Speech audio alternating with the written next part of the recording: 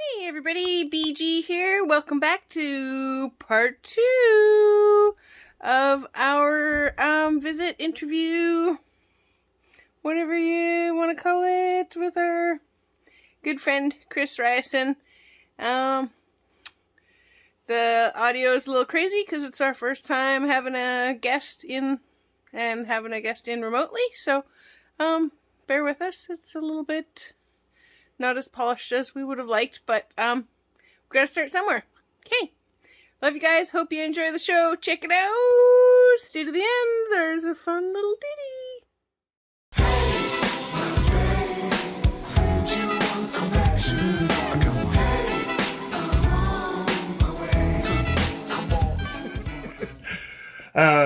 So I wanted to ask about, because earlier you were talking about trips and you travel a lot and stuff. Yeah. And what do you do and where do you go when you travel usually? I don't get to travel for leisure too much, but I don't mind because I have a sweet job. So I go and work wherever I go, right?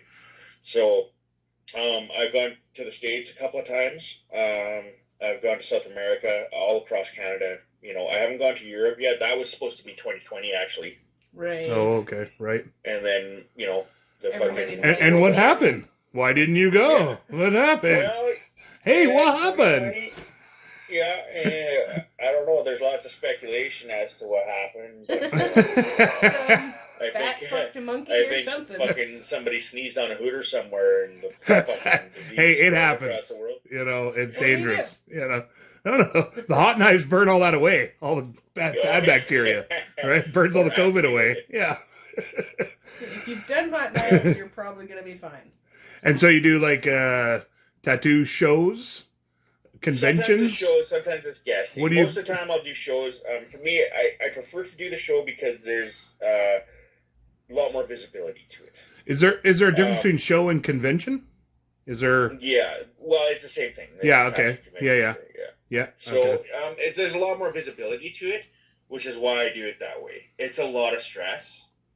And to be honest with you, it's more enjoyable to do guest spots because you do a guest spot, you talk to 20 people, right? Right. Yeah. You get to hang out with the same 6 or 10 people for 3 or 4 days, and you learn about all the best restaurants, and you hang out with people, and it's awesome. Oh, okay. But the thing about the shows is, you know, it's a difference between seeing 20 people or seeing 20 to 25,000. Freaking the energy exchange alone.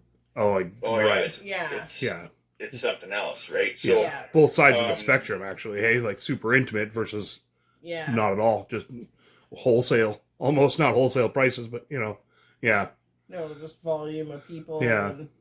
So what were you gonna ask there? Like when you do guest spots, you're at their tattoo shop then, and so so you go to a friend's shop and you hang out at the shop, and you get a lot of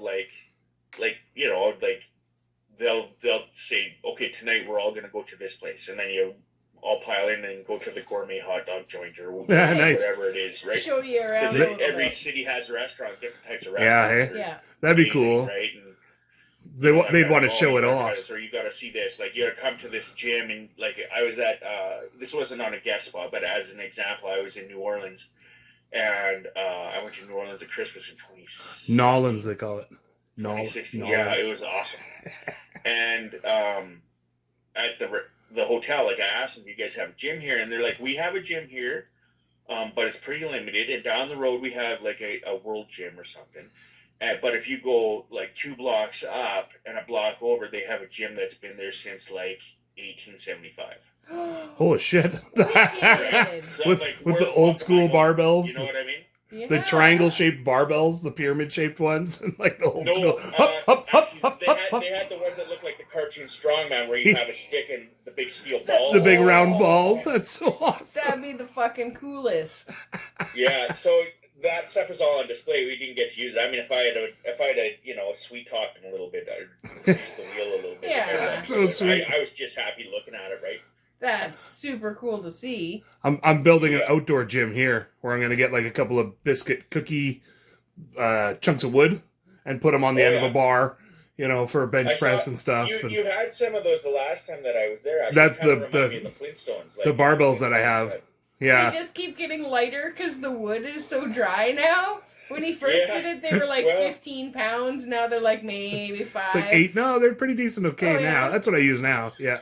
Yeah, that's okay though. But I mean, there's other things that you could do too. Like, I mean, you guys don't have any shortage of like rubble and stuff. Like you can Exactly. you can like weigh out, make sure that you have 2 sides that are the same, and just put like a burlap sack with rubble in it. And Well, that's what I had stuff, already. I've done that stuff too. Been at my mom's place, and they don't have like the amount of weight that I would normally use, but they have a whole bunch of fucking boulders and shit outside. Oh, So yeah. I just go outside and pick up a boulder and walk to the end of the driveway and bring it back, put it back where I found it. Great. So that's what I had. I had 2 big bags filled with rocks on either side, and then when we moved, I put it over beside the shelter thing.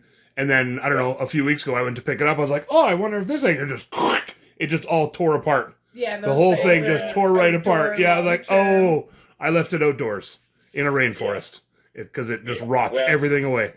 Well, Right. that's okay. There's no shortage of things that you can find there, I'm sure. Oh, yeah. There's always firewood. Hold the cat Oh, up. yeah. Exactly. Oh man, and my dad just put a wood burning stove in his house. Oh, beautiful. Nice. And you know how I love chopping. Yeah, I was gonna say. Chop wood for 2 days, and I was there. Right? Yeah. I get to Dad's place. That was and he's fucking got a wood burning awesome. stove, and I look outside, and he's got this big pile of wood that he just hates the fucking past. Yep. I'm like, oh man, I'm gonna come out there one of these weekends, just split that shit to kindling. Shoulders are just swole. Yeah. Yeah, for sure. Yeah, it was What sweet. I probably what I want to do though, you know how they have all those videos, like there's a video, this dude that goes viral on TikTok and shit for chopping wood, cause like Oh, yeah. he's a hunky fucking lumberjack who splits wood, and he makes noises that sounds like he's fucking. So I'm gonna dress like a hunky lumberjack, but I'm gonna wear my gray sweatpants with the prosthetic. Nice. See if it does anything. That's great. Yeah. Awesome. That'll go viral. You know what's funny about that? I did this photo. I don't know if you want. I can send it to you so you can clip it in. And the first time I ever did it. I mean, obviously I'm a smartass, so I do this post. I'm like, hey, just got this new shirt. You know what I mean? Yeah. I got this fucking fake hammer, right? I put it up there, and like people went fucking bananas. It was the gray sweatpants one. Yeah. Yeah, Yeah. that's more recent. The first time I did it was like 2014. Oh, But God. I revive it every couple of years. I put it up for 3 hours to see what it does because it makes me laugh, and I giggle my face off. Well, and whenever it everybody happens, right? thinks they're so excited because they're like, maybe they know somebody with a massive cock. Yeah, that's right. If I gotta let him down that way, it's fine. So that's okay. Well, I was never sure. I always heard that you had a bit of a hammer, so I thought, well, maybe it's real. I don't know. It seems excessive, but... Well, It seems excessive. I haven't done the fucking Pepsi challenge with anyone else's, so I don't know how I actually measure up. Right? But anyway, it's funny because it's the fucking dudes. Oh, the dudes' comments? of course. Of course, eh? It's guys that bring it up. It's the guys who don't fucking, don't forget. Actually, in fact, Seared into their brain. Was it today? Today or yesterday? Some dude just randomly brought it up, like maybe you should try fucking, your gray sweatpants thing, blah blah blah blah blah. It's like this fucking, this total like fucking, hillbilly dude that lives up here, you know what I mean? I've known my whole life. And I'm like, I forgot about that, but thanks for reminding me. Yeah. Yeah, hey? He's just sitting at home thinking about your dick. Yeah. Like, I wonder. But it makes me laugh at how, he says something about, they see your gray sweatpants and treat you like a piece of meat. Oh, yeah. And I said, yeah, like, why can't I just go to a store and find a pair of gray sweatpants that features my intellect?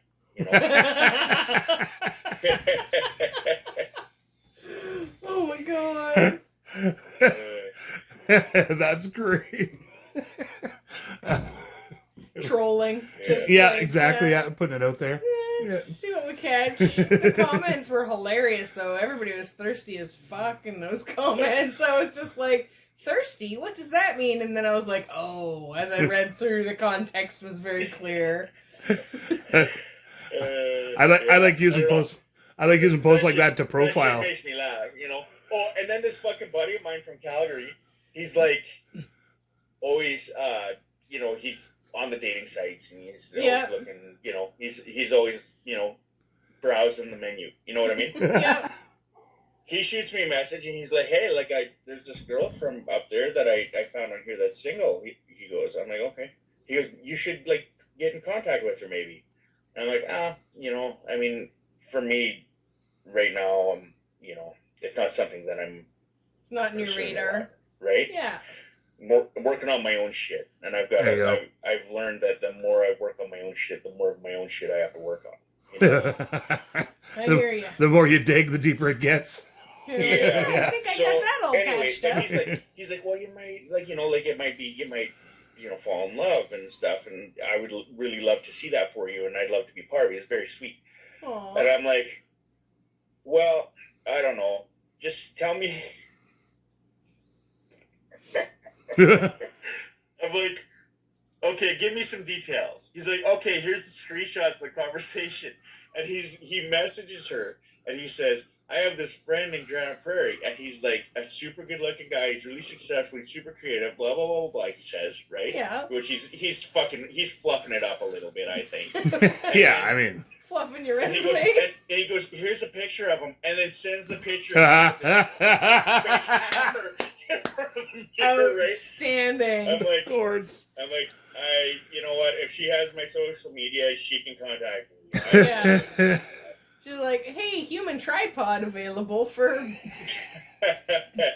Available for mustache rides and... See where it goes. That's so great. Oh, man. Friends are helping, though. They're like, oh, wouldn't it be nice? Well, you know, and like I said, it's not that, you know, it's not that I'm not interested in that or anything, but at this point in my life, yeah, I don't need to get too much into my state of mind. I just don't want to drag anyone else into my personal hell while I'm working through my shit. Well, you know what I mean? Yeah. Work it out yourself. I think then you kind of get to know yourself, too, right? And you attract other people that, you know, maybe aren't going through their own fucking personal hell. You know, if you can get through the other side of that and... Well, and you know, when you start to self-analyze, you have to ask yourself some questions that might have hard answers, you know, like there's questions you've got to ask yourself. What is it that I'm looking for in this? Is it that I'm looking for a warm body to sleep beside? Or comfort. Or am I looking for somebody to take care of and who wants to take care of me? Yep. Right? Or somebody that's going to challenge you. Those are questions that a person really has to answer, you know, and I mean, as, you know, in more recent years, I've gotten more and more honest with that and have been a lot more choosy about where I invest that part of myself. Yeah, for sure. And I wanted to, you know, if it doesn't work out, I wanted to be positive anyway, you know. I wanted everything to happen for the right reasons. You don't want, like, something big explosion, dramatic, fucking lighting cop cars on fire. There you go. Yeah. I've been on all sides of those things when they've gone bad. Yeah. You know, like, I've been on this side, I've been on that side, and I've been caught in the middle while something else went bad. And I don't need it, man. You know? For sure.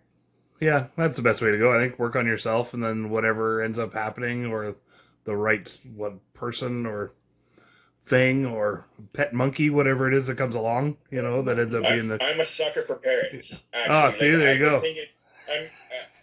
I think about, like, whenever I hear Van Gogh ringing his bell, it sounds like you guys have a customer every time he rings his bell. Well, we kind of do. He's like, pass that fucking chip, yo. Yeah, exactly. Yeah. And I just like, oh man, like I watch videos of parrots online, and I just like I get hearts in my eyes, man. Like I'm like, oh my god, I just love them. I love them to bits. But it's like I said, what would I be doing? Who would I be doing it for the benefit of? And it would not be for the benefit of a parrot the way that I live right now. Well, because Parrot I would need to have be to be present. able to come with you like Boogie does or something, you know? Like if you had a Oh, slot yeah. where it could come to work with you and was like a social animal or something, especially the bigger, smarter ones. Yeah. I've definitely seen them. Like there was And one in I'm not Eyeglass against store. that. And Yeah. we've talked about that at the shop a few times. Like, oh, we could bring in some finches or something like that. Oh, Like, yeah. I love birds. Oh yeah. Yeah. Yeah. One of the staff members has a fish tank in her office that's got all kinds of little creatures in it and stuff, and Wicked. it's cool as shit. When she first brought it in, I'm like, I don't know about that. You got to keep that shit clean because Yeah. the first day that I smell it, I'm dumping it in the alley. Gotta be Oh, yeah. immaculate. Yeah, for Right? sure. Yeah, sanitation. Yeah, it can't be that place. sterilization number one. Yeah. Yeah, but she does an amazing job of it. So anyway, and I'm like, man, like I like the idea of that. And then we had a customer stop in this week and brought his parrot with him. It was what do they call them? Like a Quaker. Okay. Is that Yeah. Yeah. They have the real Like kind sort of of gray and The real green, beak. right? beak and yep. They're not that big. Bigger than a cockatiel. Like bigger than those Yeah. little gray or yellow ones. Sort of Smaller the than- size that Sunny was, Yeah. Totally. Okay, yeah. They're like but size of a rounder, ponier. right? Yeah. Aww. And she was so cool. And I just like same thing. Like she just had me wrapped around her finger. You know what I mean? Yeah. There's pictures of me there with her, like perched on my finger, right? She's like, I'm just like, No. oh man, she's so cool. I just love it. But Yeah. anyway, Those are so, a fun size too because they're not like super cheeky or like It can't pinch right through the webbing of your hand yeah. like they're- this guy does. He could. Oh, yeah. Yeah. He Yeah. has. Is he getting more He social has. now? Definitely social with any of my hair customers that come over. Like 5 or 6 people maybe a week that come by, and Mhm. they all stop to see him because it's like the same people. Everybody's Yeah. on their routine and they know him and he knows them, and they stop and greet him, even if it's just a hi Vango. There's a couple that literally come to see him almost too. Like, where's my Yeah. birdie? Yeah. Yeah. Oh, that's good. Takes them Yeah. 15 minutes to get to the door because they want to stop and chat with him, pet his little beak and stuff. He's getting that warm up to people. Yeah, That he'll I let mean- him pet him. The door is closed, but you can't pet the feathers. He's like, fuck Yeah. that, I'll bite Yeah. you. But he'll put Well, his little beak I out. mean, that's kind of one of them things that have to be brought up in the palm of the hand before that happens, right? And I think it's a trust thing because he was out all the time, but had a small cage when he was with Jason's cousin, Yeah. and Okay. then we put him in a way bigger cage. And the one time he came out and was on Jason's hand and he bit him, and there was a bit of a get the fuck off me kind of a situation. I flung him a little bit. Yeah. And they both have just decided that maybe we don't need to get up Yeah. on each other. He pinched right through the webbing of my hand, gunk right through there. yeah. It was just like, motherfucker, and I couldn't help it, right? I He just wouldn't let whoa, go. So. like that, and that's he the way just that happens. he let go at Yeah. the top of the swing and just whoa shit. He didn't know how to come down really. Yeah. He'll get up I know on a guy me. who had a cockatoo grab him by the conch on his ear and puncture his conch Fuck. double zero Yeah, Oh, gauge hole son of a punch. bitch. I always thought it'd be an awesome idea if you could train a bird to do it as you see hairdressers using swords and fire to cut your hair. Flintstone style. Yeah, Flintstone they style just, ear piercing. Yeah. Yeah, and just We talked about doing random facial piercings where you take there's the MTV box. Do you remember that one where they had a thing and you could it was a little video short or whatever. And Oh, somebody yeah, would yeah. put their head in there and then they'd press the button and you'd get a random face piercing and they'd come I out remember with whatever. on Much Music, the Speaker's Corner kind of box thing. Yeah, totally. Yeah. But I was but you make it Flintstone style, have a parrot in there, and wherever it fucking bites you on your face, then you're welcome. That's like Jackass. Jam something through it, and there you go. Yeah, get hosed down with rubbing alcohol afterwards. Yeah, the parrot too, though. That was the thing. In the end, we decided it wasn't feasible for the parrot. Stressful for the parrot. Sanitize wise. Yeah. Yeah, It's like me that's, wanting to fight a that's bear. too bad. That would be a bath salt parrot. Exactly. There you go. Fuck, that'd be sketchy as hell. Yes. We watched Cocaine. Have you seen Cocaine Bear yet? I haven't seen it. No, yeah. I heard it's good though. I have a friend who's a connoisseur of camp. Oh yeah, And yeah, he's, yeah. I guess one of the best. He's the guy who introduced me to Hobo with a Shotgun. Oh, okay, yeah, that's great. Okay. Rutger Hauer. That's such a great movie. That one, yeah. And I like I like campy, but more reality-based campy, if that makes sort of sense. Like, I don't like... Inspired by a true story type thing? Yeah, almost. I just don't like too off-the-wall, too zany with my campiness, you know? So, like, what about Masterminds? Oh, I like Masterminds. We watch that quite a bit. Yeah. Great. Yeah, That that's falls great. right in there, right? Yeah. I mean, anything... Quirky's anything okay. with Zach and Kate McKinnon Yeah, exactly. Oh. separately or together. I mean, putting them together is just like... Yeah. Yeah, quirky. I like quirky and, you know, weird fucked up characters and stuff for sure. Yeah, but... Yeah. That's good. Well, they know exactly how the camera sees them, right? So they can play it up. That makes all the difference. Yeah, exactly. Yeah, they know who they are, right? Yeah. You know? Yeah, no, that's great. Yeah, who is that? Brian Posehn said that. He's like, my mirror works. Because he's a giant dude. He's huge.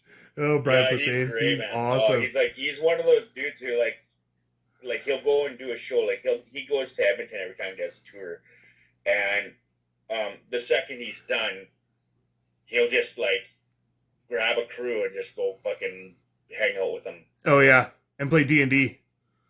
That's his whole thing. He's got a podcast where he gets together with a bunch of buddies and they just play D&D. And they record it and stuff. See metal band or whatever. Yeah. He's huge into metal and everything. Brian was saying, I don't know, he was on Mr. Show. He's a great big dude with a sort of nasally voice and super funny. If you, I'll show you. You'll recognize it instantly. He's got a couple of albums out, and there's a really good one. What the fuck was it? We'll show you real quick. I mean, they're all going to be good. He's brilliant. He's like that same group as like Patton Oswalt and all those guys. Oh yeah, for sure. And he's a contemporary with like fart and wiener jokes. That's what the album's called. Yeah. Oh, totally. That guy? I know that guy. Yeah. Yep. Yeah, he's great. Shit, I found another comedian that I really like. He's an old bugger. Yeah, Posehn's been around forever. His name is John Novosad, Novosad. Oh, okay. And he looks like an old wizard or something. And he's like this crazy old stoner guy, and his humor is just like it's like we say, you know, he knows exactly how he comes across. Yeah. Oh yeah. And he can just bait and switch people the whole time. Right? Yeah, hey. Great, we'll check it out. Well, that's like my stand-up stuff that I've been trying. I really want to come up with a good opener that really displays that, like, I'm going to say what I'm going to say out here, and it's all funny, hopefully. And even if it's offensive, it's still more funny than offensive. Yeah. So go with that and just have fun with it. And that's it. Love in your heart, there's no hate there. Enjoy it for what it is. Exactly. Trying to for hurt sure. Anybody. Yeah, exactly. Yeah. I love all races despite their bullshit. You know, I've introduced a few people to like Doug Stanhope. I don't know if you know Stanhope. Oh yeah, Stanhope's wicked. He's brilliant. Like, I mean, I've introduced him to his work. I actually did some drawings for Doug too. He has one of them up in his house for sure. He told me. Oh no way. Anyway, maybe he doesn't anymore, but he did at one point. But anyway, I just tell people, wait for him to make his point. Oh yeah, because he always has a point he's making, but the way he illustrates the point is designed to like throw hooks and confuse you, and you know what I mean. It's gonna like those little things that are gonna offend you are there to get your attention more than anything. Oh yeah. Well, when he makes his point, ultimately he'll make a point, and how he gets there is amazing every time. Well, I was just listening to Jay Leno on a podcast on Dana Carvey, David Spade podcast, and that's his whole thing is like you should have a joke every 6 to 9 seconds in your stand-up act, because he was talking about how many stand-ups now they talk for 15 minutes about political bullshit and everything else, and then they throw out a punchline, and it's funny for sure, but then they were talking about how that's not a proper act. It should be like 6 to 9 seconds, and not everything's a punchline in those 6 to 9 seconds. Yeah. But you hit on a funny thing, or the way you say it even is funny. There's two functions to things. It's, like I find it's the same thing with music and stuff. Like when I see a comedian, someone like let's take like Anthony Jeselnik, for instance. Yeah, his act by the time he makes a special is so boiled down, and there's two functions that are being served. It's going to always be one of two functions. it's either going to be a punchline or it's going to be setting up a punchline. Yeah, exactly. Yeah. Oh. Yeah.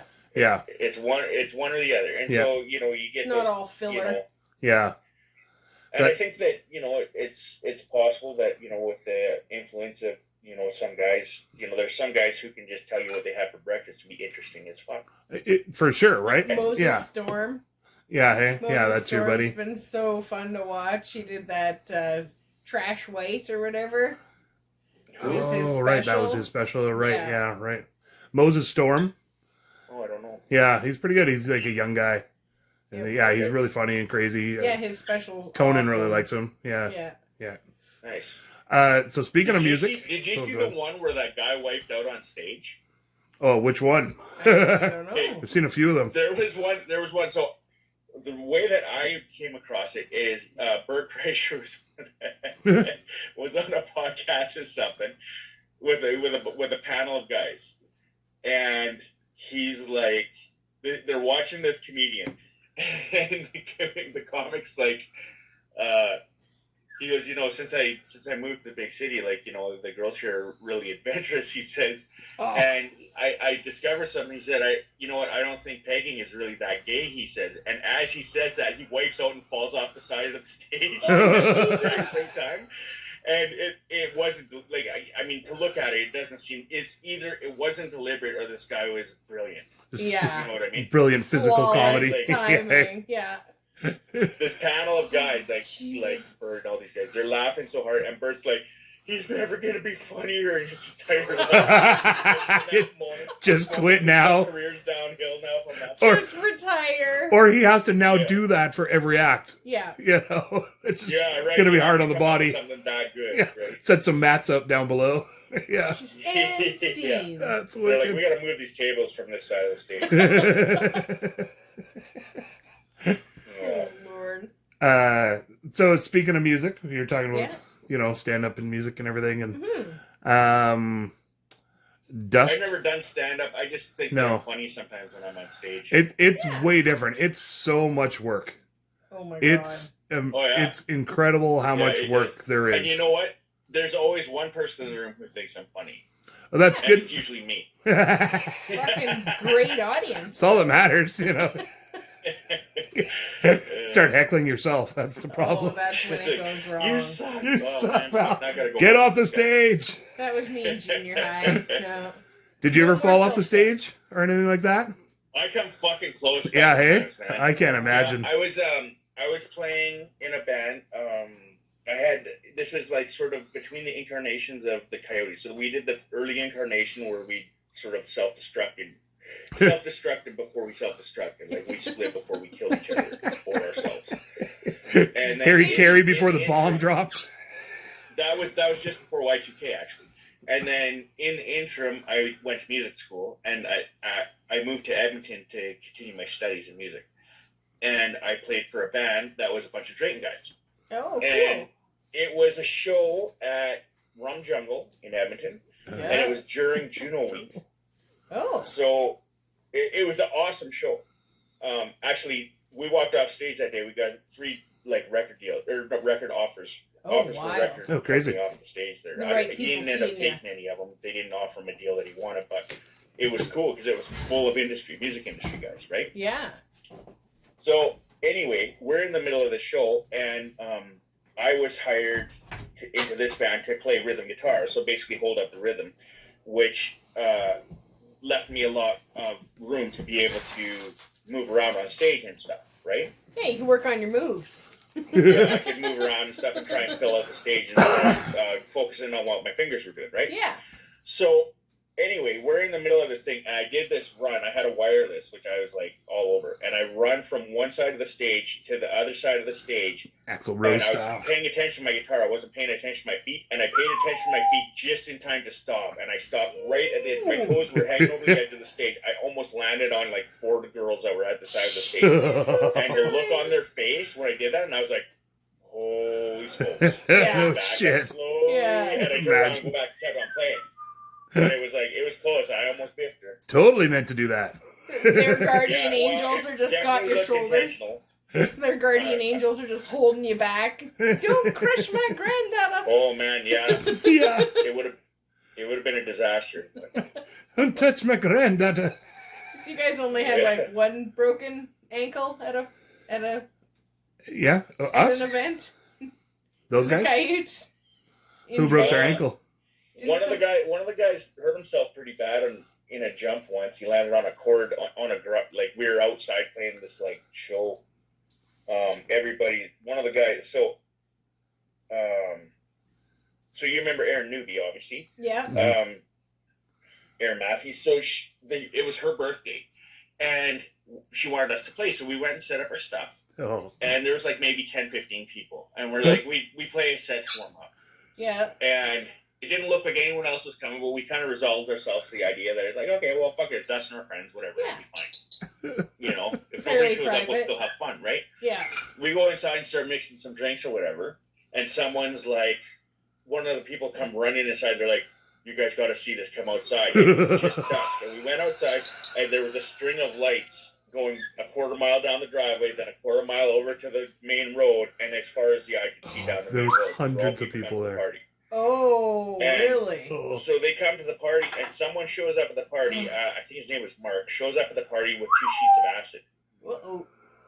And just starts passing out tabs to everybody. Literally just passing them out. Oh. Yeah. Passing out tabs. Not even, So everybody's just like, join us. Yeah. And anyway, we're in the middle of one of our songs, and Jojo did a jump, and when he came down, he landed on his cord and twisted his ankle. And fucked my bad. And honestly, he got hurt really bad that night, but it wasn't because he twisted his ankle. It's because while he was on the ground in pain, he made a sideways comment that offended somebody who jumped on his head with both feet. And ooh. So that ended up... It wasn't me. Crowd. Don't look at me. Tough crowd. Yeah. I can feel he's looking at me and you looked at me. I like that wasn't me. No. Yeah, no. I don't think you It wasn't. Yeah. It was somebody that was quite close to him and didn't like to hear him complain. Yeah. Yuck. Dicks, they call those guys. His ankle was sprained. He was in pain. You know what I mean? I think you might be... alcohol and LSD weren't helping. Yeah, LSD is not going to make it feel better if it's broken. That was a crazy night. There were so many people there. God, yeah, it was a good night. Yeah. Oh. You might be thinking of the one, we did a gig where when I was putting gigs on in town.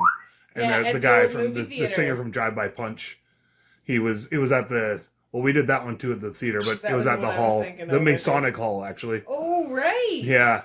And he did this, it was in the middle of the mosh pit, and he's running around singing, and he did this like crazy sideways jump in the air. And then at that same time, there was another kid that sort of came underneath him, like hunching down, just happened to be doing it as part of the maneuver, right? And so they kind of met like back to back. So the lead singer's feet were up in the air, and they did like this weird like whoop-de-whoop kind of spin down. Yeah. And then he just came right down on his ankle, and you could literally see it just like flop like that. And I have it on video, and I didn't think I had it. I was just standing there bullshitting. I was standing there talking to Wiltsy and just bullshitting and everything. I thought I'd stopped recording. I looked down after it happened. I was like, holy shit, I was recording that whole time. So, yeah, we got it on the tape there. Gross. Let's well, the theater show was probably the biggest injury that came out of one of our shows. I mean, aside from fights and stuff. Yeah, just people being... Did you guys... Because I know that Nigel was filming that. Do you guys have that footage? He might. Yeah, it's hard to say. That's before I had a camera. It was just weird. That show, I could make a movie about that day. That's so crazy. It was fucking crazy. But so anyway, I got my friends who were like infantry soldiers that were just fresh back from Afghanistan to run security for the show. Oh yeah. Right? Oh wow. And I had we had a local band from Drayton that opened for us that basically told all their friends they could come for free, and so we had to police that a little bit. Right. And then we're playing the show, and as we get towards the end of the set, there's a song that we would close with, 27 Tons of Gash.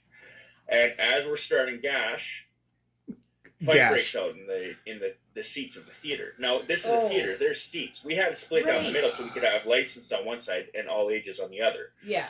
And JoJo's daughter at the time was 8, and she was sitting at the side of the stage to watch us. Like, she'd never get the chance to see us again, right? Yeah, it's for like sure. really rare that we play all ages.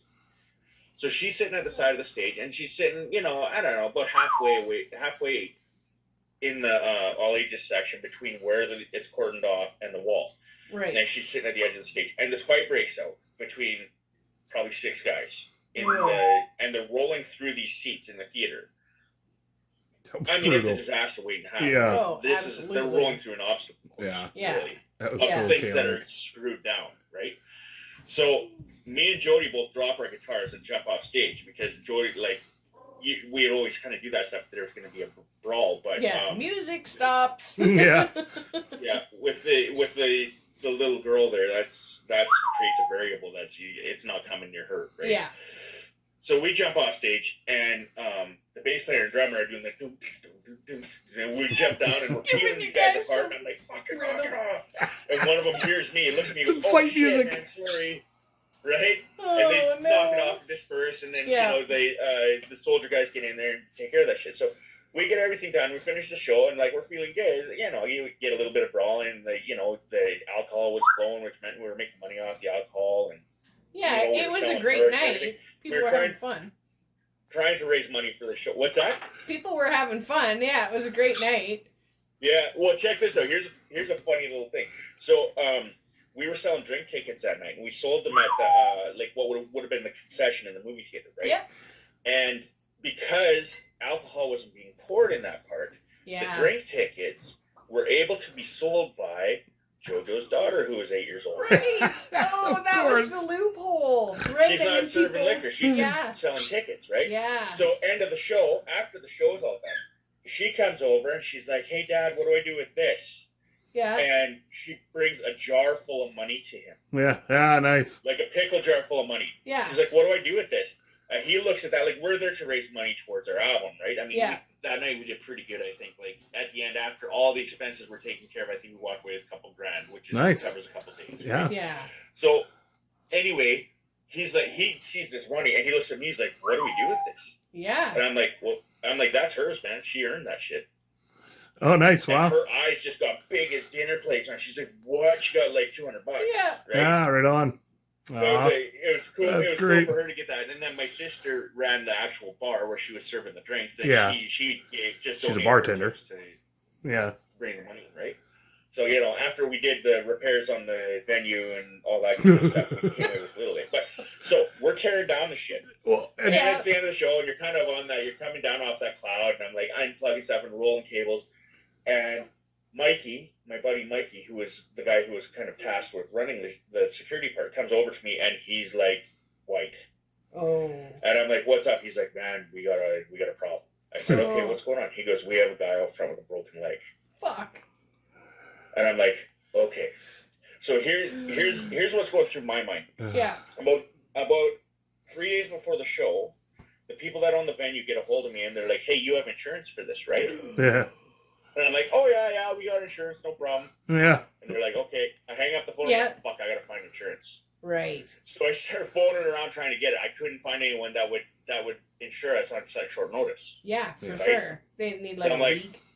Well, it's our hometown, it'll be all right. Yeah. You know us here. Yeah, no big deal. So now, and you know, like we're all, we had all at this point worked enough construction. We know how to fix anything. So it's not a question of damage to the theater unless it burns down, right? Yeah. And we've got guys to make sure the shit doesn't get too haywire. But now we got a guy out front with a broken leg. Right. So I'm walking out front and I'm like, okay. And the cops are out there too, just so you know. Yeah, let's figure this out. Do we call them an ambulance? They're like, yeah, we called them an ambulance. They're not here yet. I'm like, okay. So I walk out front and there's a brawl out front, which you guys knew. Right? Yeah. I mean, the brawl started in the lobby and it continued out onto the street, and the police are out there busting it up. I had talked to the police earlier that day, and they were like, oh yeah, I let them walk through, and I told them, you have any questions, let me know. Like, I'll give you anything you need. And they're like, okay, cool. And then at the end of the night, they come over and they're like, fuck, that was a pretty good show. You guys did a good job. I'm like, wow, thanks, man. Sorry about the brawl out on the street. They're like, that's normal. I'm like, well, I guess it's normal, you know, for the bars and shit. But, you know, like, but, and I mean, like, our shows in the 90s, people get pepper sprayed outside them and stuff. Yeah, but at this normal. point, I'm like, I don't want people getting pepper sprayed outside. Not in your hometown, you know, no, let family down. So anyway, I see this guy. He's sitting in front of the door waiting, and it looks like fucking chaos outside. God and it looks like this guy's just watching the chaos ensue. But from behind, I can see his pant leg is solid. Oh. Like, his pant leg is full. His leg is so swollen. Oh, shit. Yeah. Like, fuck. And so I kind of like meekishly like turn around. I look at him. I'm like, oh, it's Boner. Hey man, how's it going? He's like, I broke my leg at a coyote show. This is the best fucking day ever. He says. Oh my god. So I'm like, you need to ride to the hospital? I'm like, yeah. I'm like, all right, cool. So I grab my hoodie and bring him to the car and fucking drive him to the hospital. And then they made him wait in the hospital until he sobered up before they'd work on him. Oh, really? Yeah.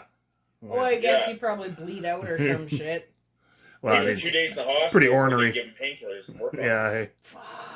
So my side of that story is I'm out front arguing with the cops about some guy driving away drunk driving and being an idiot, and that whole side that came and started a bunch of shit. Yeah. Basically, and then that was all part of the brawl and everything. And then the cop he called me fat that night, and he asked me what the fuck am I even doing out here wearing my shorts, because I was wearing shorts, and I was like that's your burn? That's what you're coming at me with? Really? Like, that was so funny. Yeah, I'm sitting there arguing with the cops. Instead of like, there's just a fight everywhere around me. I'm sitting there just beaking at the cops all night. That was so funny. Oh man. Oh, what a night. Well, and then so there was some aftermath. So when we rented the place, because the owners were being squirrely. Yeah. I told my friends, videotape yourself receiving the keys and then walking through the thing. Right. Take a quick 5-minute video, walk through, look for any damage in the place before anything happens. Yeah. So you get a video of yourself taking the keys from them. You walk through, you get the video of the entire place, you take count of all the damage, and then email it to me ASAP. Yeah. Yeah. That's a good tip. So they did that. That way I have time code on this video, right? Yeah. Yeah, that's a good tip. Then, when everything was done, we walked through with, I got one of the boys from Drake to walk through with the person they were turning the keys over to. Yeah. To show them that everything was okay, because the owners were going to be away on vacation, so the keys were getting received by somebody different. Right. So, whoever it was probably Jojo, walks through with them, videotapes, walking through with them and giving the keys, and them agreeing that everything looks good. Yeah. And there was things, we had to replace some of the armrests on the seats, and we had to fix one of the doors, right? Because of the dickheads that were wrestling through the fucking... Yeah. It's usually a bathroom. Yeah, and while we were playing, I was watching these armrests fly up in the air and shit. But anyway, we took care of it, fixed it, got all that stuff it was perfect, right? Yeah. And the person who received the keys was like, okay, that's perfect, and took the keys, and that was fine. Yeah. Video got sent to me right away, so we had a time code from a third party, right? Yeah. The next week, the owner of the venue comes back from vacation and phones me, and they're like, we need to talk. I said, what's that? They said, we're not giving your damage clause back. I said, what do you mean? They said, well, this place is trashed. I said, oh, that wasn't us. Yeah. And they're like, come on, man. I'm like, no, check this out. So I send them the video. Right. Of before and after, right? Yeah. And then I send them a fucking gig poster from the nephew of the owner's band who played there the weekend after us. Oh, nice. They didn't know that those kids had a show there the weekend after us. There you go. And that those kids went in and trashed the fucking place. And it was one of their parents who had received the keys from her guys. Ah, brutal. Oh. Smart, though, hey? So we covered our ass good enough, right? And they ended up, at one point, Boner sent me a picture of his x-ray that I wanted to use in an album cover or something. Oh, yeah. That'd be sweet. Yeah, I don't know where it is, though, at this point. It's been years. It'll turn up when it's time to use it. But yeah, it was a thing, after doing so many shows over the years and stuff, you kind of learn that stuff. Like, if they're the least bit apprehensive, then you better be covering your ass. Yeah, and, for sure. They kind of told me that before they even started, before we even took the keys from them. So at that point, I'm like, hey, then we're making sure all of our bases are covered. Yeah. Totally. Yeah, we learned that with gigs and then doing any kind of productions or movie and anything. Fucking insurance was it was such a rigmarole just to explain to them what we were doing. Yeah. I said, if we were in New York or Toronto or Vancouver, it'd be easy. Hey, we need some movie set insurance. Yeah. But downtown fucking Drayton Valley, it just doesn't work like that in Alberta. You know, they're like, you're doing what? Shooting a movie? Like, yeah, I need insurance for a movie. Well, what? And we don't do that around here. Yeah, for sure. Yeah. This is Hollywood. You know, and at this point, I love playing music. I have a turbulent relationship with it, and the times that I like it least is when I'm playing for, you know, a specific type of crowd. Right. I'm not big on the drinking crowd. Like playing for, like, I'd rather play for 10 people that are listening than 200 that aren't. Yeah. For sure. What I mean? Yeah. More of like a afternoon in the cafe kind of deal. I prefer an intimate crowd at this point. Yeah. You know, if that's what they're there for, right? Yeah, for sure. Like, I'm not gonna go up and play fucking Friends in Low Places or Oh, I love that song. Fishing in the Dark. Well, those are for, there's a place for it. Yeah, exactly. Yeah. We were talking about Chris Gaines earlier, Garth Brooks' alter ego. Oh, man. Yeah. You have to come up with a different... That was the thing. I was just saying that, like... You know what? Like, I feel bad for the guy because, well, in a sense, because he deserves, like, everybody deserves to express themselves how they choose to. For sure. Yeah. And if he was writing songs that are like, yeah, these are songs I'd like to be able to put out that way and that kind of thing. And when it first came out, it was like they almost tried to keep a secret who he was, but it wasn't going to fly. Yeah. Yeah. Yeah. Of course. Pretty noticeable face, but that's right. But well, and, you know, they say, who the fuck was it? Who was it that had that? Was it Mariah Carey had a grunge album? Alanis had like a pop thing back in the day. Alanis did, but like I feel like it was Mariah Carey in the mid '90s. Really? She recorded an entire grunge album but didn't release it. Oh, crazy! Really? Yeah. Because see, but that's exactly what I was talking about earlier. So you being a musician, you're perfect to talk about this because I said like if I was a functional musician of anything, any type, and because I love all different types of music. Like even country, you know, and stuff like that. That like I don't understand why more don't just like, you know, why didn't Aerosmith ever just come out with a rap album? They rapped with Public Enemy, you know, or Run DMC kind of deal. Yeah. Then like they must have liked it or enjoyed it enough. Why not try it? I think it's the record company. Yeah, you had said it's sort of the whole network around it. Into following the same recipe that worked before. They're like, no, just keep doing more of the same. We want the same paycheck. Yeah, or you know? I think just the fear that shit, they might not like it because I don't care how big of a musician you are, you're still putting it out there and you're vulnerable of like, are people gonna like it if I do all this, right? Like, well, that shit fucks with me all the time, and you know, honestly, like the stuff that we put out, like we put out the stuff that we put out publicly, I should say. We put out the Asinine Sage tape in 1995, which it was a story I told yesterday too about how we put it out. We sold 100 copies of it right away, like bang, they sold out like nothing. And I didn't realize what that was going to imply. Like I thought people were just buying it because we were selling it. Yeah. But until I went to play basketball at the courts, like the main town courts, and Jay, you showed up with your car. Oh yeah. Or you were already there, and your trunk was popping. You were listening to our tape, and I showed up there, and I'm like, "How's it going?" And you're like, "Good." And like we were kind of like laughing, like kind of grinning because it was like an inside joke between me and you. And then one of the guys that was playing basketball there was like, he started kind of like mocking the band, like singing along, going, brr, brr, brr, brr, brr. And then he stopped for a second. He goes, "Holy fuck, this is really good. Who is this?" And you're like. And he was like, "Oh, no fucking way! Like, you guys play?" And I'm like, "Yeah, we're gonna do some more." And then, you know, as that happened, like I can't remember how many we sold. We probably ended up selling 500 copies. I was gonna say, yeah. But that was 500 hard copies that people paid us money for. Yeah. You know, and we'd put it back into the gas tank, or we would put it into drum skins, or whatever we had. I mean, at the end of the day, selling them 100 copies at a time. You're not walking away with a whole lot. No. Yeah, for sure. Yeah. It takes a lot of effort to get that done. Yeah, putting it out there. Did that have like... You know, there's a lot of expense involved in you know, all the facets of that stuff.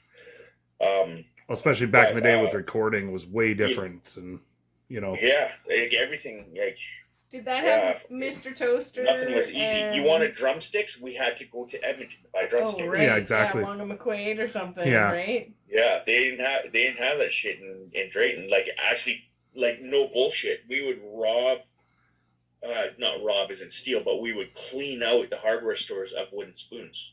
Oh, nice. We Just would to buy, grind off the buy ends doweling and Yeah. fucking cut it. You know what I mean? Just because we didn't have access Do what you to gotta do. drumsticks. Yeah. Yep. And, like, our parents, like, our mother's wooden spoons were all, like, gone. And shredded. I just there was thought it was nothing because else, you guys right, didn't to want use, any right? spankings or It was something. bananas. Like, we would learn how to, like, if you broke a string, you'd learn how to rebuild the string so that you could use that string and we could go and just get them. Yeah, Yeah, you can't hey. just drive a couple hours to the city.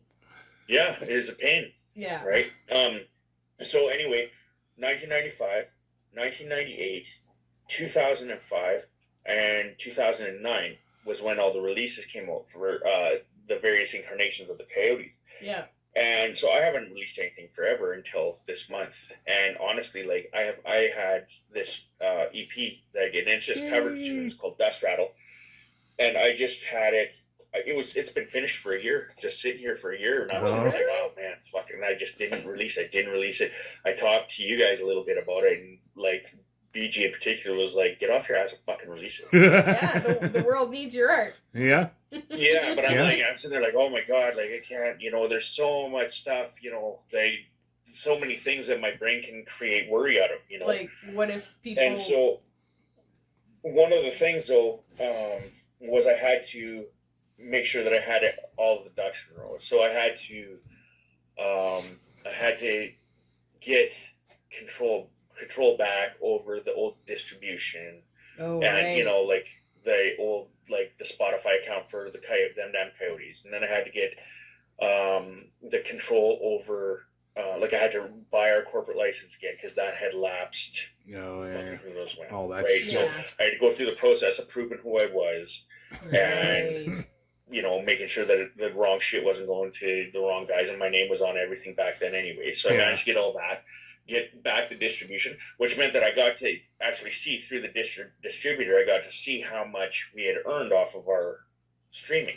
Oh, that's cool. Oh, yeah. Yeah, it was really cool. So, at this point, next time I see the guys, I can either give them cash or I can buy them a coffee. Oh, nice. Yeah, exactly. Yeah, for sure. And they'd say, like, with 1 million streams, you get $3,000. Yeah, right? yeah. Do you want a medium Timmy's coffee? You know what I mean? Medium and no Timbits. Yeah, no, not a No Timbit. Timbits. No, that's a tip. If I get, Yeah. But the That's the just truth 'cause I is, like like, you. we were getting all of our plays off MySpace. We were getting all of our plays off of the Sound Radio and these kind of things. Like, Yeah. Pilot the Plane went to the top of the charts on the Sound Radio and sat there for weeks. Back with the Mange, which is the one that came out in 2005, sat at the top of the charts, like the top 10 on the Sound Radio for something like 40 weeks or some crazy thing. Yeah. Which is it's kind of lots of similar to playtime. what SoundCloud is now. But I mean, back then they had a fraction of the amount of music that was on there. So we stood a lot better of a chance back then of getting that kind of attention, right? Yeah. And a fraction of the listeners. There's way more listeners now too. Users. I released these cover tunes, and people are liking them, and that's all that matters to me. If Nice. people are listening to them, liking them, they're if they have them add them to your playlist or add them to your regular listens or download them or whatever. All that stuff counts. There you go. The weirdest thing that I find though is that the friends that I've had. There's this thing that happens when you move around lots when you're young. Like I moved to various different towns as a kid. The people who you think are always going to be your friends when you move to the next town are never the ones that stick with you. Totally. You might have had a deep connection, but it doesn't always hold. That's right. Once you're out of sight, you're out of mind, right? Yeah. So like the friends, like I'd have friends that was like, fuck, this is like we were inseparable when I lived in this town, and then I moved to another town. And the guy who I was friends with but wasn't inseparable with is the one who I stayed friends with. Right. The guy that you're inseparable with, or the friends that you're inseparable with, you're out of sight, you're out of mind, doesn't matter. So it's kind of a weird thing like that. It's the same thing with releasing something like this. A lot of the people that were listening to the Coyote stuff, like the friends that lived with us and the friends that the guys in the band and you know the people that knew us from the band and all that kind of stuff, they still haven't listened to it. Yeah. Oh, Hey? what? Yeah. Yeah, it's weird. Yeah. And they're all like, Bizarre. they have that intention. I don't hold it against them. You know what I mean? No, I can't wait to hear what they have to say about it. Like, you know, I can't wait to hear what they think, right? Yeah. But the people that jump at the opportunity to listen to it are always people that don't know you from, how to describe it? From back in the day? It's like people who know you for one reason. When you create something, they're like, I already know you for this reason. I don't need to know you for this other reason. Oh, okay. Right. Yeah. Do you know what I mean? Yeah. Like, I know you in this context. I don't need to know about you in this context. So it so kind of crazy. changes things like that. Well, because they might have to put you in more than one box, or the box that you're in might have to change. They're like, I like you as Tattoo Chris, and here's you fit in this neat or little... them Coyotes Chris, and you know, don't want to change it up like that or whatever. Yeah. And you know, over That's the so years, funny. like after moving so much as a kid and stuff, and you know, going through those various changes as an adult, I don't hold it against anybody. No, definitely. Yeah, we all You know come what I in mean? and out of They each have their other's life. They have lives. their life, and you know, like if it comes around to them, then that's cool, kind of thing. I have an extreme example of that always makes me laugh. I could solve all the world's problems, but to my dad, I'll still be the kid that shit his pants in his truck on the way to the lake. You can't. You know what I mean? You'll always be that kid. Yeah, for sure. Yeah. That's great. Keeps you humble. Definitely. So you know, and we got, you know, people have their lives, and they don't need to subscribe to us all the time. But at this point, the people that are listening to it are liking it, and it's enough to make me want to do more. I have a whole bunch of heavy stuff that I wrote, thinking that you know, if anybody was itching to hear any stuff that was along the vein of them Coyotes, I'd have something to show for that. I have a few things that are really good that I've put together in the last few years that are just waiting to be finished. You know, I have a whole bunch of songwriter stuff. So you were talking about the various styles, right? How do you do that? How do you, you know, pick one of those things? Well, one of the things that I've learned is that people who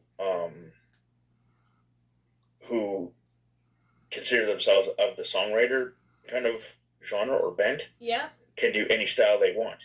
Right. Because they just have to write to suit the song. Right. You know what I mean? Yeah. So it's sort of the same thing with the tattooing. I find that a lot of people who are like, I specialize in this style, I specialize in realism, or I specialize in new school, or I specialize in traditional. They limit themselves, but when you find guys that are considered illustrative, they do everything. Well, that's exactly. Yeah, that's what I like about your stuff. Is like I don't know. Yeah, it's everything, it's kind of a hard thing because you know I try to score. You know, sometimes it works and sometimes it doesn't, but I try to score a high percentage. You know, like if I was getting marked on it, whatever I'm working on. Yeah, for sure.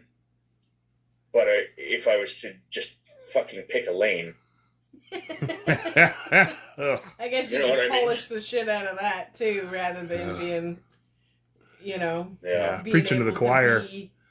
I can't imagine if I was actually good at things, you know, like music and stuff, and you know, but like I'd just be adding another, you know, avenue to go down. That'd be fucking tough. You're just excited. Well, and that's what it feels like too. Like I'll see something, I'll start doing something, I'll be like, holy shit, like I really enjoy this. Like gardening. For example, I love gardening. Pepper gardening. What's that? Pepper gardening for peppers. Yeah, pepper gardening. Yeah. I grew a greenhouse full of weed there 2 years ago. I still have jars and jars and jars of it left because I don't smoke it. Yeah, that's hilarious. Yeah, so I'm gonna take this stuff. It's all nicely aged. I don't know the properties it takes on over time, but I'm gonna make it into hash or something. Oh yeah, good idea. Yeah. And it's full of keef. So, anyway, one of the things that I learned through the COVID times was how to bake. Oh yeah, and I went through a phase making candy, and made a lot of sweets, and the problem with that is that I want to eat it. So what I would do is I would make it and I'd give it all away, right? Oh, yeah, okay. yeah, Yep. good call. I'd make a batch of sponge toffee and I'd eat a chunk that's this big, Yep.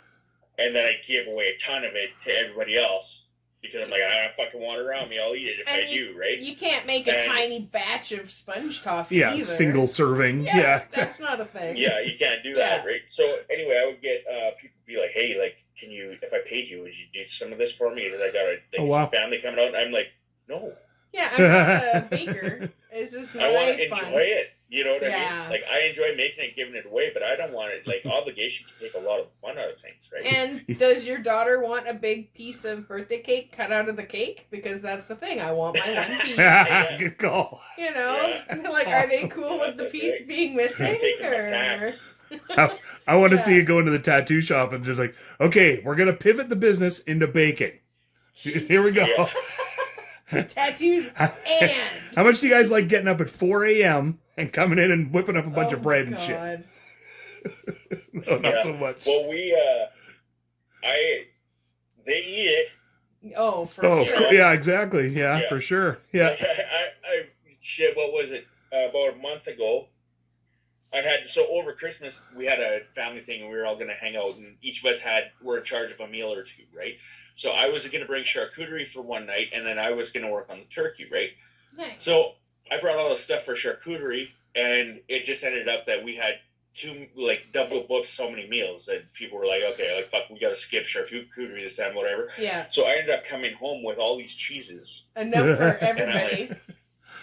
They're just sitting here, and I'm like, no, I can't let this stuff go to waste. Yeah. So about a month ago, maybe 6 weeks ago, I made like the most gourmet as fuck batch of macaroni and cheese. Oh, we just nice. had Big, massive. Like the pan was this fucking thick. And, Hey. and I brought that. I ate one bowl out of it, and I brought it into the shop. And I'm like, so I made this, and and man, it just like these gone. Right? Just the comfort food. It was about 2 weeks later. I made the same pan I filled with cinnamon buns. It was the same thing. Holy shit! Nice. But it's like I'm craving a cinnamon bun. Well, fuck it, I'll make a batch and I just bring them into work. Then you know what's in them. Sometimes you get them from the store or whatever, and it's hit and miss, and they're super sweet or super oily or something. Yeah, and there's something so therapeutic about baking. Yeah. I don't know what it is. Yeah. Especially if you enjoy it, because then you work out your own recipe. You're like, ooh, last time I put a little too much sugar, or I needed more sugar, that kind of deal. And yeah. What I did this time that worked really good is I soaked my raisins in tequila. Oh, holy shit! I've heard of rum, but tequila. Yeah. That's crazy. Yeah, for the cinnamon really buns. So have you ever made trifle? Yeah. Bobby has. I discovered it with trifle. So instead of putting brandy in the trifle, I put in tequila, and it soaks into the vanilla pound cake, and it's like it doesn't have the bitterness. Yeah. It doesn't have that gross tequila taste that tastes like PTSD from the various times you died. Yeah. Too much of the shit, right? Yeah. It just takes on a really it has the way how rum adds depth to flavor, brandy adds depth to flavor, alcohol adds depth to flavor to sweets. It does the same thing, but it's a different kind of flavor. It's almost nutty. Wow, that'd be cool to try. I was gonna say, because I don't like the liqueur flavor. So if you want to really experience that, use tequila in something like a trifle, something that's creamy. Hey, yeah, that'd be another great. good tip. He's just full of tips. This guy wears some great sweatpants. Just the tips. Just the tips. They're small. Just the tips with Chris. They may be small, but they sure are skinny. And plentiful. Yeah. It's quantity, right? Not quality. Quantity. I don't know. I don't know. Sex tactics. Yep. I wanted to, what about, I wanted to talk about merch as well. I saw on Facebook the other day. Oh, yeah. You got, we got a store up now. Where can people find which it? has been something that's been, we've been working towards. And, the staff, my staff at the shop is amazing. And I'm so, grateful for them and proud of them.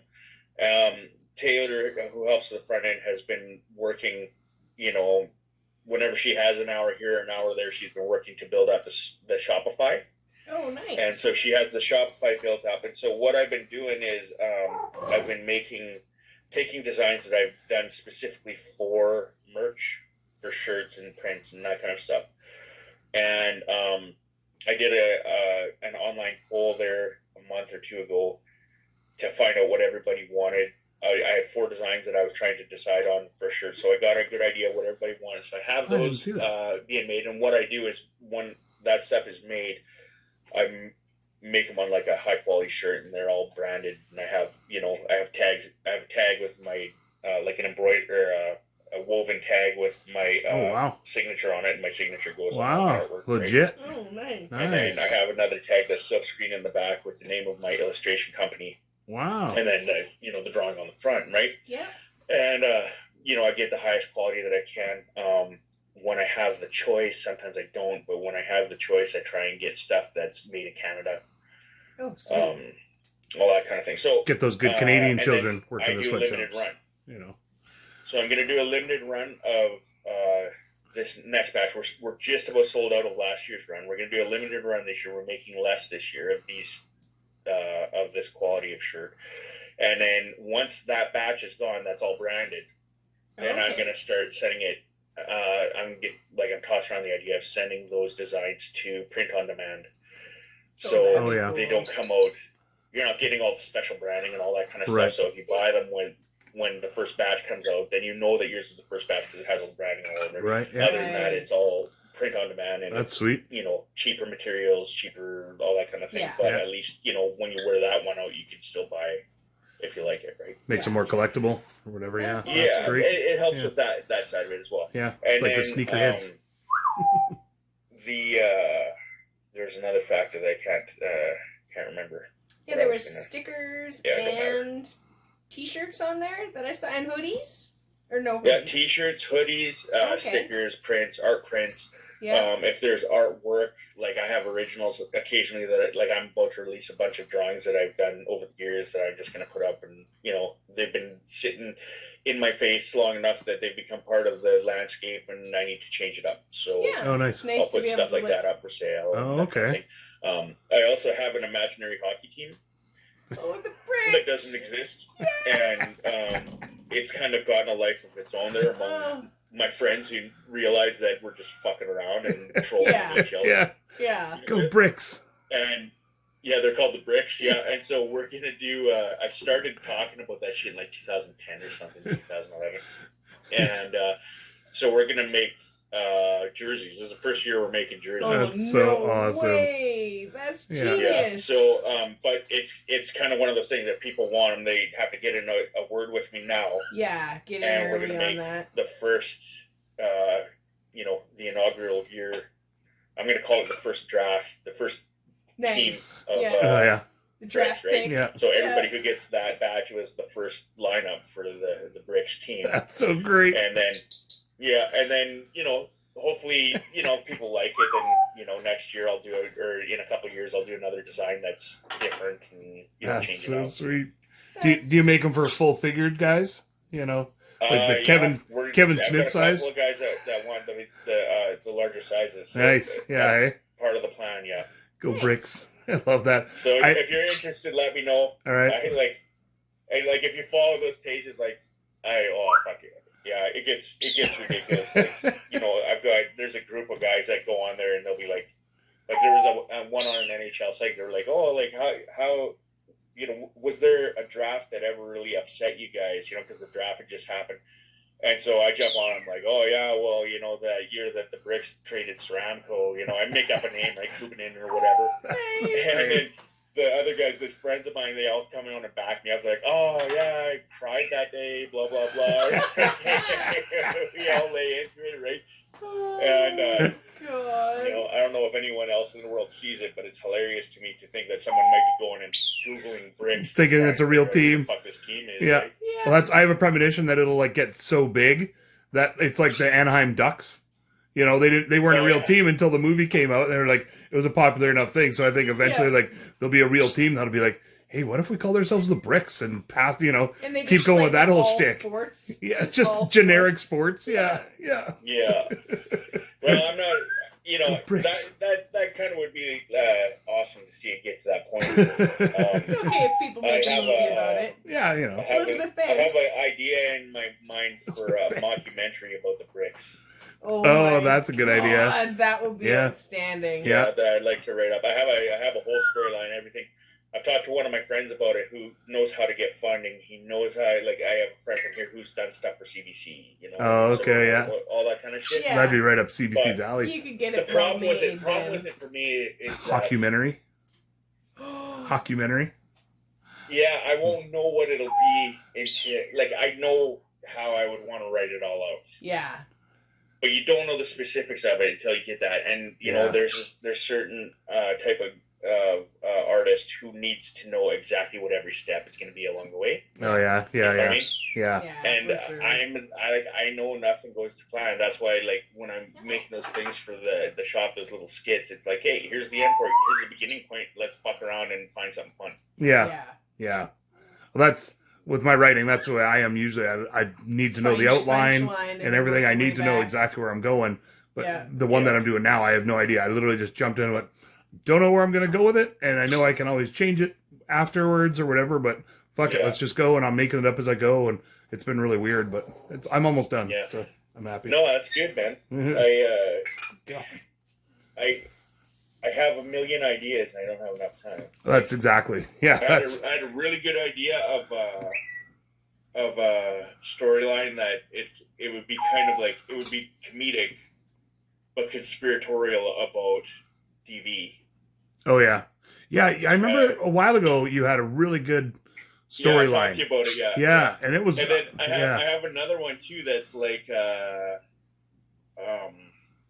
it's like a barbarian adventure, but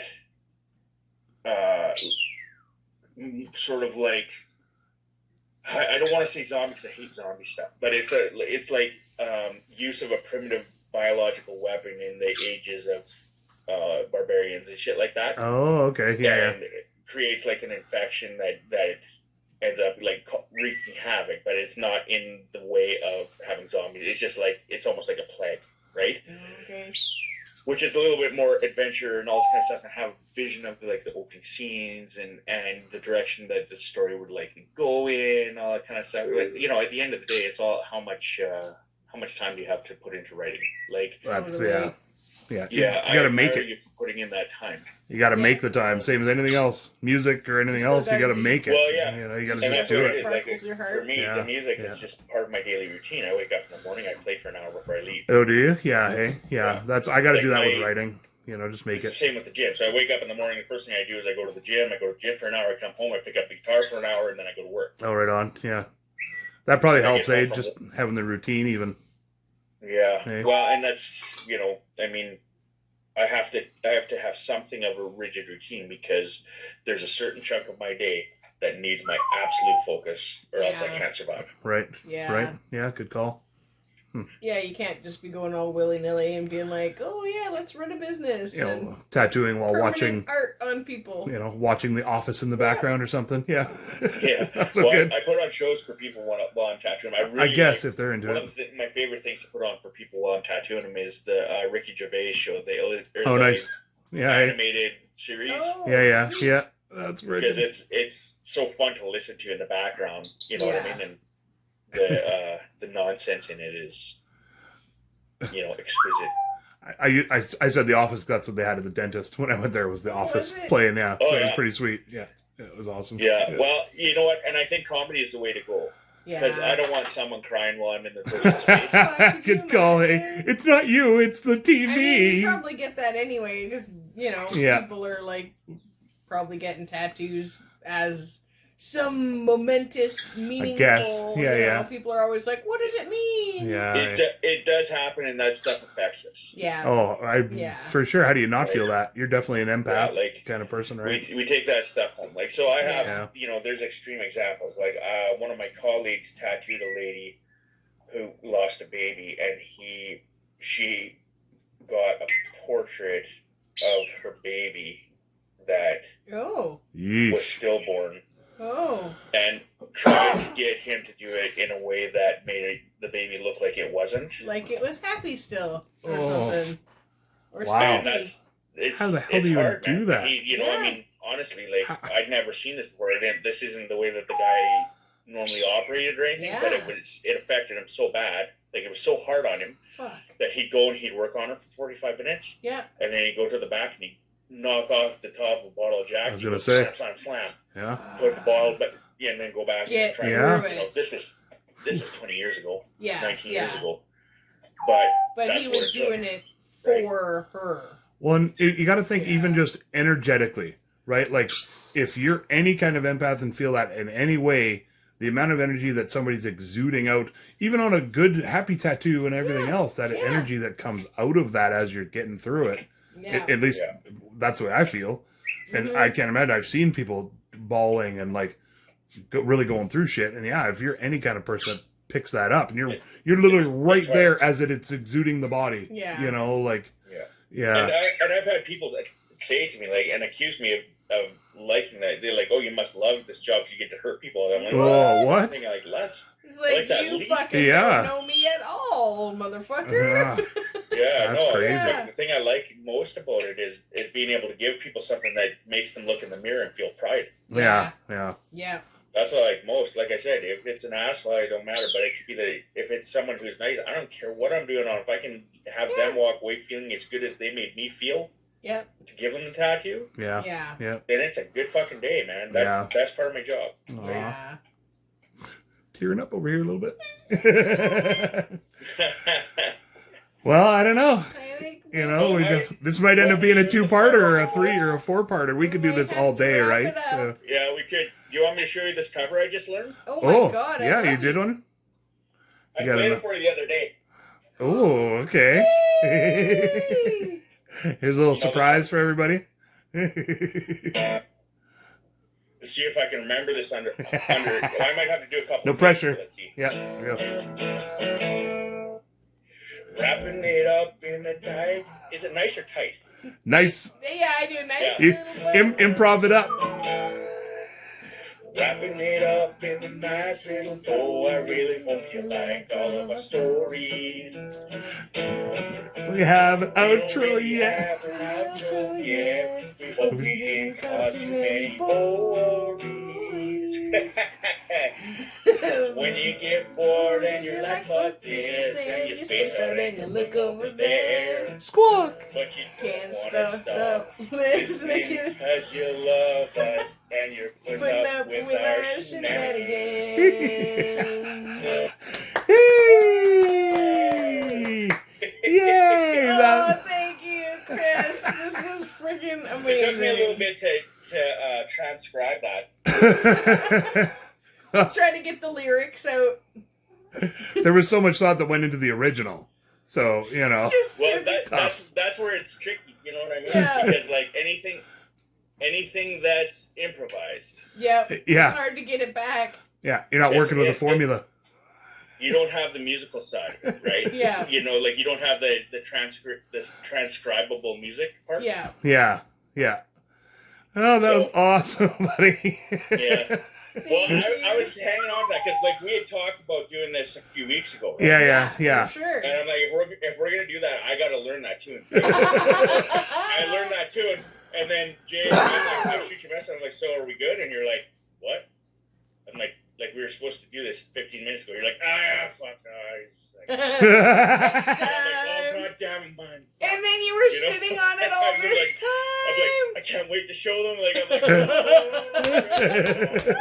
So I sat on it and sat on it and it didn't come up again, right? Yep. And I'm like, okay, fuck this. So then I woke you guys up on the weekend. That was awesome. Ever. Yeah, for sure. Holy smokes.